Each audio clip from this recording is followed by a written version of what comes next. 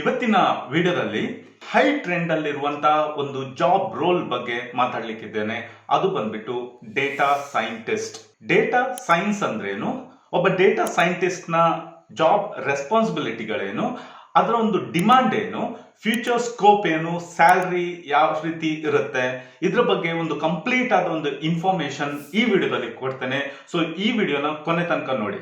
ಈ ಡಿಜಿಟಲ್ ಯುಗದಲ್ಲಿ first revolution ಅಂತ ಹೇಳೋದಾದ್ರೆ ಅದು ಬಂದ್ಬಿಟ್ಟು ಇಂಟರ್ನೆಟ್ ಆಗಿರುತ್ತೆ. ಸೊ ಈ ಒಂದು ಇಂಟರ್ನೆಟ್ಗೆ ಮೇನ್ ಬೇಸ್ ಅಂತ ಹೇಳ್ಬೋದು, ಮೇನ್ ಇಂಪಾರ್ಟೆಂಟ್ ಆದ ಒಂದು ಎಲಿಮೆಂಟ್ ಅಂದ್ರೆ ಅದು ಬಂದ್ಬಿಟ್ಟು ಡೇಟಾ ಆಗಿರುತ್ತೆ.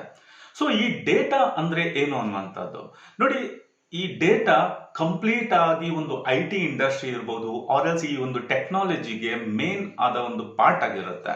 ಸೊ ನಾವು ಏನು ಈ ಟೆಕ್ನಾಲಜಿನ ಯೂಸ್ ಮಾಡ್ತೇವೆ, ಎಕ್ಸಾಂಪಲ್ಗೆ ಇರ್ಬೋದು ಮೊಬೈಲ್, ಲ್ಯಾಪ್ಟಾಪ್ ಇರ್ಬೋದು, ಸ್ಮಾರ್ಟ್ ವಾಚಸ್ ಇರ್ಬೋದು, ಯಾವುದೇ ಒಂದು ಡಿವೈಸ್ ಯಾವುದು ಇಂಟರ್ನೆಟ್ಗೆ ಕನೆಕ್ಟ್ ಆಗಿರುತ್ತೆ, ಇದರಿಂದ ಒಂದು ಡೇಟಾ ಟ್ರಾನ್ಸ್ಫರ್ ಆಗುತ್ತೆ.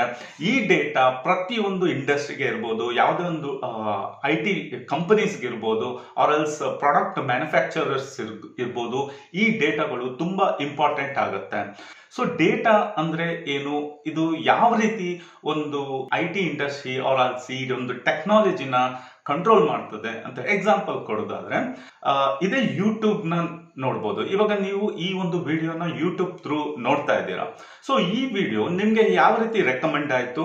ಸೊ ಮೇ ಬಿ ನೀವು ಡೇಟಾ ಸಮಥಿಂಗ್ ಟೆಕ್ನಾಲಜಿ ರಿಲೇಟೆಡ್ ವಿಡಿಯೋಸ್ಗಳನ್ನ ನೀವು ಪಾಸ್ಟ್ ಅಲ್ಲಿ ನೋಡ್ತಾ ಇರ್ಬೋದು, ಆರ್ ಎಲ್ಸ್ IT ಸೆಕ್ಟರ್ ಅಲ್ಲಿ ಜಾಬ್ ರಿಲೇಟೆಡ್ ವಿಡಿಯೋಸ್ಗಳನ್ನ ನೋಡ್ತಾ ಇರ್ಬೋದು. ಮೇ ಬಿ ನೀವು ಸ್ವಲ್ಪ IT ಸೆಕ್ಟರ್ ಅಲ್ಲಿ ಇಂಟ್ರೆಸ್ಟೆಡ್ ಆಗಿದ್ದೀರಾ. ಸೊ ಈ ವಿಡಿಯೋ ನಿಮ್ಗೆ ಯೂಟ್ಯೂಬ್ ರೆಕಮೆಂಡ್ ಮಾಡಿ ನಿಮ್ಗೆ ಈ ವಿಡಿಯೋ ನೋಡ್ಲಿಕ್ಕೆ ಸಿಗ್ತದೆ. ಸೊ ಯೂಟ್ಯೂಬ್ಗೆ ನಿಮ್ಮ ಒಂದು ಏನು ಡೇಟಾ ಏನಿದೆ, ಆರ್ ಎಲ್ಸ್ ನಿಮ್ಮ ಒಂದು ಬಿಹೇವಿಯರ್ ಏನಿದೆ, ನಿಮ್ಮ ಒಂದು ಇಂಟ್ರೆಸ್ಟ್ ಯಾವ ಸೆಕ್ಟರ್ ಅಲ್ಲಿ ಇದೆ, ನಿಮ್ಮ ಒಂದು ಕಂಪ್ಲೀಟ್ ಆದ ಒಂದು ನೇಚರ್ ಹ್ಯಾಬಿಟ್ ನ ಇಂಟರ್ನೆಟ್ ಕ್ಯಾಪ್ಚರ್ ಮಾಡಿ ಯೂಟ್ಯೂಬ್ಗೆ ಪ್ರೊವೈಡ್ ಮಾಡುತ್ತೆ. ಸೊ ಯೂಟ್ಯೂಬ್ಗೆ ಪರ್ಟಿಕ್ಯುಲರ್ ಪರ್ಸನ್, ಅವನ ಇಂಟ್ರೆಸ್ಟ್ ಏನು, ಅವನು ಯಾವ ರೀತಿ ಥಿಂಕ್ ಮಾಡ್ತಾನೆ, ಈ ಎಲ್ಲ ಕಂಪ್ಲೀಟ್ ಇನ್ಫಾರ್ಮೇಶನ್ ಯೂಟ್ಯೂಬ್ಗೆ ಬೇಕಾಗುತ್ತೆ. ಸೊ ಆ ಬೇಸಿಸ್ ಅಲ್ಲಿ ಯೂಟ್ಯೂಬ್ ಅವನ ಒಂದು ಇಂಟ್ರೆಸ್ಟ್, ಪ್ಯಾಷನ್, ಇದ್ರ ಬೇಸಿಸ್ ಅಲ್ಲಿ ವಿಡಿಯೋಸ್ಗಳನ್ನ ರೆಕಮೆಂಡ್ ಮಾಡುತ್ತೆ. ಸೊ ಇದು ಎಲ್ಲ ಯಾವ ರೀತಿ ಪಾಸಿಬಲ್ ಆಗುತ್ತೆ? ಇದೆಲ್ಲ ಪಾಸಿಬಲ್ ಆಗಿರೋದೇ ಡೇಟಾ ಸೈನ್ಸ್ ಇಂದ. ಇದರ ಹಿಂದೆ ತುಂಬಾ ಟೆಕ್ನಾಲಜೀಸ್ಗಳು ಬರುತ್ತೆ. Artificial intelligence, deep learning, machine learning.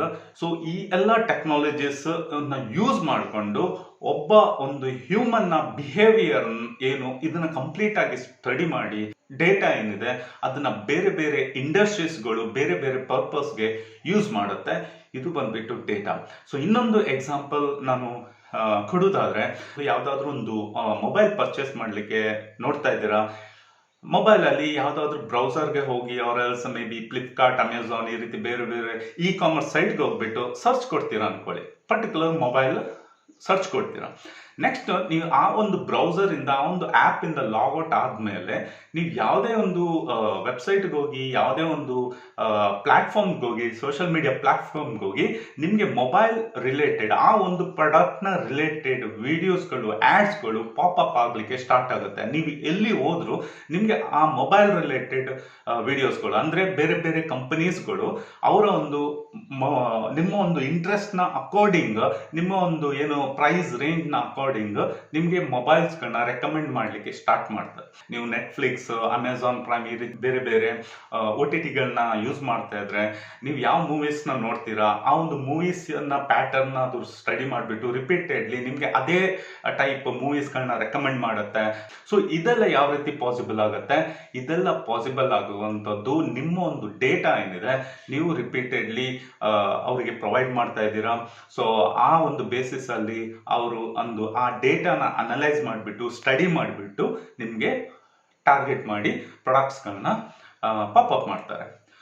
2026 ಅಲ್ಲಿ ಮೋರ್ ದೆನ್ 11 ಮಿಲಿಯನ್ ಜಾಬ್ನ ಒಂದು ರಿಕ್ವೈರ್ಮೆಂಟ್ ನ ಕ್ರಿಯೇಟ್ ಮಾಡುತ್ತೆ ಆಲ್ ಓವರ್ ವರ್ಲ್ಡ್ ಅಲ್ಲಿ. ಸೊ ಕರೆಂಟ್ಲಿ US ಅಲ್ಲಿ ಹೈಯೆಸ್ಟ್ ಡೇಟಾ ಸೈಂಟಿಸ್ಟ್ ನ ಒಂದು ಸೋರ್ಸಿಂಗ್ ಆಗ್ತದೆ. ಅದರ ನಂತರ ಇದೊಂದು ಗುಡ್ ನ್ಯೂಸ್, ಅದರ ನಂತರ ಬರುವಂತದ್ದು India. So India highest data scientist ಗಳನ್ನ ಸೋರ್ಸ್ ಮಾಡುವಂತ ಕಂಟ್ರಿ ಆಫ್ಟರ್ USA. ನೆಕ್ಸ್ಟ್ ಇದ್ರ ಒಂದು ಡಿಮ್ಯಾಂಡ್ ಹೇಳೋದಾದ್ರೆ ಇದೊಂದು ಹೈ ಪೇಡ್ ಸ್ಯಾಲರಿ ಇಂಡಸ್ಟ್ರಿ ಆಗಿದೆ. ಸೊ ಇಂಡಿಯಾದಲ್ಲಿ ಮಾತಾಡೋದಾದ್ರೆ ಒಬ್ಬ ಎವರೇಜ್ ಡೇಟಾ ಸೈಂಟಿಸ್ಟ್ ನ ಸ್ಯಾಲರಿ ಬಂದ್ಬಿಟ್ಟು 7 lakh ಇದೆ. ಒಬ್ಬ ಫ್ರೆಶರ್ಗೆ ಬಂದ್ಬಿಟ್ಟು ಎವರೇಜ್ ಸ್ಯಾಲರಿ ಬಂದ್ಬಿಟ್ಟು 5 lakh ಪರ್ ಆನಮ್ ಇದೆ. ಒಬ್ಬ ಒಳ್ಳೆ ಡೇಟಾ ಸೈಂಟಿಸ್ಟ್ ಅಂದ್ರೆ more than 5 to 10 years experience ಇರುವ ಒಬ್ಬ ಡೇಟಾ ಸೈಂಟಿಸ್ಟ್ ನ ಸ್ಯಾಲರಿ ಇಂಡಿಯಾದಲ್ಲಿ ಮಾತಾಡೋದಾದ್ರೆ ಎವರೇಜ್ ಸ್ಯಾಲರಿ ಬಗ್ಗೆ ಮಾತಾಡೋದಾದ್ರೆ 12 lakhs to 15 lakhs ತನಕ ಇದೆ. ಮತ್ತೆ ಹೈಯೆಸ್ಟ್ ಸ್ಯಾಲರಿ ಬಂದ್ಬಿಟ್ಟು 24 lakhs ಪರ್ ಆನಮ್ ಇದೆ. ಈ ಒಂದು ಸೆಕ್ಟರ್ ಆಲ್ಮೋಸ್ಟ್ ಎಲ್ಲ ಒಂದು ಸೆಕ್ಟರ್ ಅಲ್ಲಿ ಯೂಸ್ ಆಗ್ತಿದೆ. ಎಕ್ಸಾಂಪಲ್ಗೆ ಬ್ಯಾಂಕಿಂಗ್ ಇರ್ಬೋದು, ಹಾಸ್ಪಿಟಲ್ ಇರ್ಬೋದು, ಇ ಕಾಮರ್ಸ್ ಇರ್ಬೋದು, ಎಜುಕೇಶನ್, ಮ್ಯಾನುಫ್ಯಾಕ್ಚರಿಂಗ್, ಆಲ್ಮೋಸ್ಟ್ ಎಲ್ಲ ಸೆಕ್ಟರ್ ಅಲ್ಲಿ ಈ ಒಂದು ಡೇಟಾ ಸೈನ್ಸ್ ನ ಒಂದು ಯೂಸ್ ಆಗ್ತಿದೆ. ಡೇಟಾ ಸೈಂಟಿಸ್ಟ್ ಆಗ್ಲಿಕ್ಕೆ ಬೇಕಾಗುವಂತಹ ಸ್ಕಿಲ್ಸ್ ಗಳ ಬಗ್ಗೆ ಮಾತಾಡೋದಾದ್ರೆ ನೀವು IT ಬ್ಯಾಕ್ ಗ್ರೌಂಡ್ ಇಂದ ಬಂದಿದ್ರೆ ನೀವು ತುಂಬಾ ಸೂಟೇಬಲ್ ಆಗಿರ್ತೀರಾ.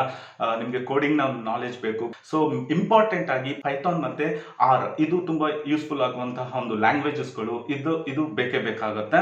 ಸೊ ಅದರ ಜೊತೆ ನಿಮ್ಗೆ SQL, ಎಕ್ಸೆಲ್ ನ ಒಂದು ನಾಲೆಜ್ ಬೇಕಾಗುತ್ತೆ. ಸಪೋಸ್ ನೀವು ನಾನ್ IT ಬ್ಯಾಕ್ ಗ್ರೌಂಡ್ ಇಂದ ಬಂದಿದ್ರೆ ನಿಮ್ಗೆ ಮ್ಯಾಥಮೆಟಿಕ್ಸ್ ಮತ್ತೆ ಸ್ಟಾಟ್ಸ್ ನ ಒಂದು ನಾಲೆಜ್ ಇರಬೇಕು. ಅದ್ರ ಜೊತೆ ಈ ಪ್ರೋಗ್ರಾಮ್ ನ ಕಲಿಬೇಕಾಗತ್ತೆ. ಸೊ ನೀವು ಯಾವುದೇ ಒಂದು ಡೊಮೈನ್ ಇಂದ ಇರಬಹುದು, ಮೇ ಬಿ ನೀವು ಇಂಜಿನಿಯರ್, ಡಾಕ್ಟರ್, ಲಾಯರ್, ಟೀಚರ್, ಯಾವುದೇ ಒಂದು ಇಂಡಸ್ಟ್ರಿಯಿಂದ ಇರಬಹುದು, ನೀವು ಈ ಸೆಗ್ಮೆಂಟ್ ಗೆ ಬರ್ಬೋದು. ಯಾಕಂದ್ರೆ ಇಲ್ಲಿ ಒಂದು ಡೊಮೈನ್ ಒಂದು ಸ್ಕಿಲ್ ಬೇಕಾಗುತ್ತೆ. ಅಂದ್ರೆ ಡೇಟಾ ಸೈನ್ಸ್ ಅನ್ನುವಂಥದ್ದು ಎಲ್ಲ ಇಂಡಸ್ಟ್ರಿಯಲ್ಲಿ ಯೂಸ್ ಆಗ್ತಾ ಇರೋದ್ರಿಂದ ಆ ಒಂದು ಇಂಡಸ್ಟ್ರಿಯ ಒಂದು ಡೊಮೈನ್ ನಾಲೆಜ್ ಬೇಕಾಗುತ್ತೆ. ಅದ್ರ ಜೊತೆ ನೀವು ಈ ಸ್ಕಿಲ್ಸ್ ಗಳನ್ನ ಡೆವಲಪ್ ಮಾಡಿಕೊಂಡು ನೀವು ಈ ಇಂಡಸ್ಟ್ರಿಗೆ ಬರ್ಬೋದು. ಸೊ ಗ್ರಾಜುಯೇಷನ್ ಕಂಪಲ್ಸರಿ ಆಗಿರುತ್ತೆ. Programming languages like Python, R, maths, stats ಇದು ಇಂಪಾರ್ಟೆಂಟ್ ಆಗುತ್ತೆ. ಇದ್ರ ಜೊತೆ ಬಂದ್ಬಿಟ್ಟು SQL, ಎಕ್ಸೆಲ್ ಈ ಒಂದು ಸ್ಕಿಲ್ ಬೇಕಾಗುತ್ತೆ. ಓಕೆ ಫ್ರೆಂಡ್ಸ್, ಸೊ ನಿಮ್ಗೆ ಈ ಒಂದು ವಿಡಿಯೋ ಯೂಸ್ಫುಲ್ ಆಗಿದೆ ಅಂತ ಅನ್ಕೊಳ್ತೇನೆ. ಯೂಸ್ಫುಲ್ ಆಗಿದ್ರೆ ಪ್ಲೀಸ್ ಲೈಕ್ ಮಾಡಿ, ಸಬ್ಸ್ಕ್ರೈಬ್ ಮಾಡಿಲ್ಲ ಅಂತ ಇದ್ರೆ ಸಬ್ಸ್ಕ್ರೈಬ್ ಮಾಡಿ. So see you in next video. Till then take care. Bye.